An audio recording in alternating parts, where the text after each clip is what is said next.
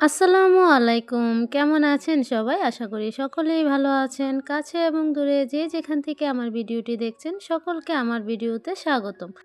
তো আজকে আমি আবার নতুন আরেকটি ব্লগ নিয়ে আপনাদের সাথে হাজির হয়েছি। আশা করি আপনাদের কাছে ব্লগটা ভালো লাগবে।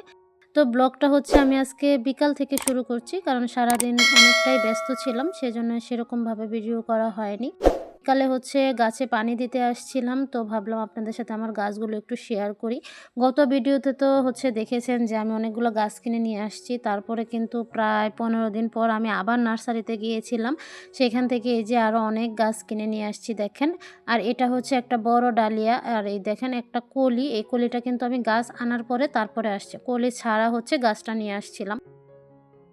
তো এই যে এখানে পিটুনিয়ার একটা গাছ আছে, এটাতেও সুন্দর ফুল ফুটছে। আর এই যে এই কলিটা হচ্ছে আমি লাগানোর পর তারপরে আসছি। আর যে কলিটা সহ হচ্ছে আমি গাছটা কিনছিলাম, এই কলিটা এই যে এখানে নষ্ট হয়ে গেছে। আর এই যে এখানে কিন্তু দুপাটি, এটা হ্যাঁ দুপাটি ফুলই বলে এটা। তারপরে এই যে চন্দ্রমল্লিকা, এই গাছটাকে হচ্ছে আমি ছাঁটাই করে দিছিলাম। তারপরে এই যে আবার কলি এসে ফুল আসছে। আর এগুলো এখনও কলি অবস্থায় আছে, এখনও ফুটে নাই। তো এগুলোর হচ্ছে দেখেন একটা ডালে কত, কত হচ্ছে কলি, কিন্তু পাখি এসে সবগুলো কলি হচ্ছে নষ্ট করে দিয়ে যায়। আর এই যে এখানে আমার হচ্ছে রঙন, তারপরে যে গোলাপের কাটিং লাগাইছিলাম সেগুলা থেকে হচ্ছে মানে মনে হয় শিকড় হয়ে গেছে, যেহেতু নতুন পাতা বের হইছে। আর এই যে জিনিয়াটা হচ্ছে ফুল সহ মোটামুটি কিনছিলাম, সবগুলো ফুল ঝরে গেছে, আরও কলি আছে।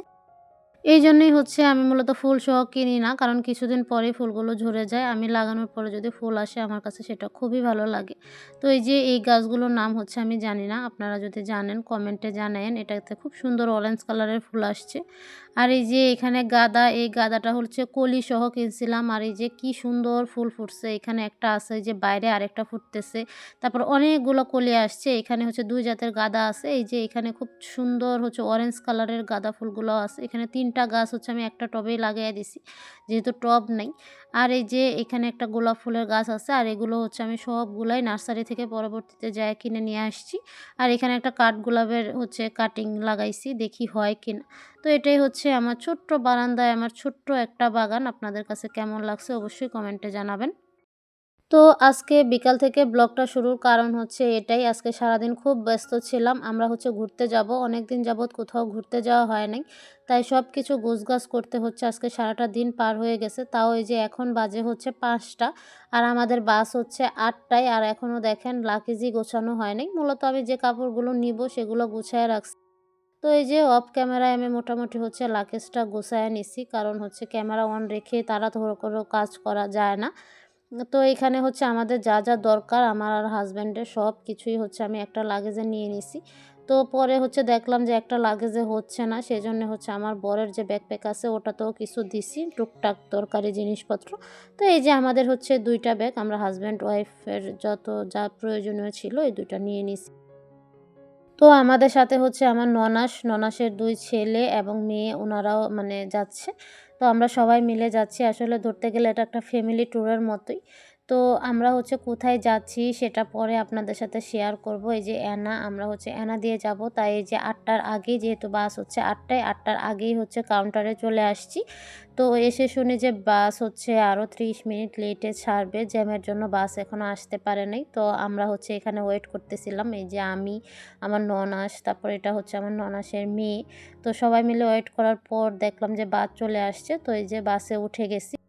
আর এই ভিডিওটা মূলত হচ্ছে ডিসেম্বরের ২৫-এ করা, মানে ডিসেম্বরের ২১ তারিখে। আর যেহেতু আমি মাঝখানে অনেকদিন অসুস্থ ছিলাম, আপনাদের সাথে কিছুই শেয়ার করা হয় নাই। তো সেই কারণে হচ্ছে ব্লগগুলা দেওয়া হয়নি। তো আস্তে, আস্তে সেই ব্লগগুলাই এখন আপনাদের সাথে শেয়ার করছি। তো এই যে এই সিটটা হচ্ছে আমাদের। তো এই যে আমি এইখানে হচ্ছে বসে গেছি। আর আমাদের বাসও ছেড়ে দিছে। আমরাও আল্লাহর নাম নিয়ে হচ্ছে রওনা করে দিছি। এই যে ১২টা ৩০ মিনিটে হচ্ছে কুমিল্লায় যাত্রাবিরতি দিছে। তো এখানে নেমে আমরা হচ্ছে টুকটাক খাবার কিনে নিচ্ছি।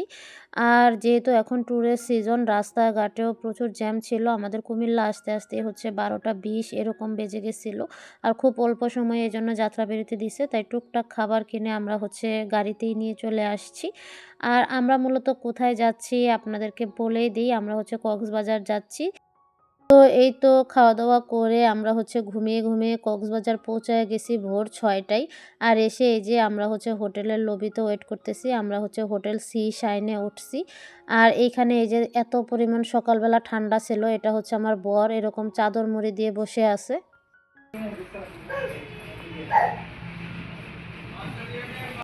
ও এরকম করে বসে থাকায় আমার ননাসের ছেলেটা একটু দুষ্টামি করলো ওর সাথে। ও মূলত ওর সাথে দুষ্টামি করেই এরকমভাবে বসে আছে। ব্লগটা যেহেতু বড় হয়ে যাচ্ছে, তাই পরবর্তী ব্লগে কক্সবাজারের ট্যুরটা আমাদের কেমন ছিল সবকিছুই শেয়ার করব। তো আজকের ব্লগটা আমি এখানেই শেষ করে দিচ্ছি। আল্লাহ হাফেজ।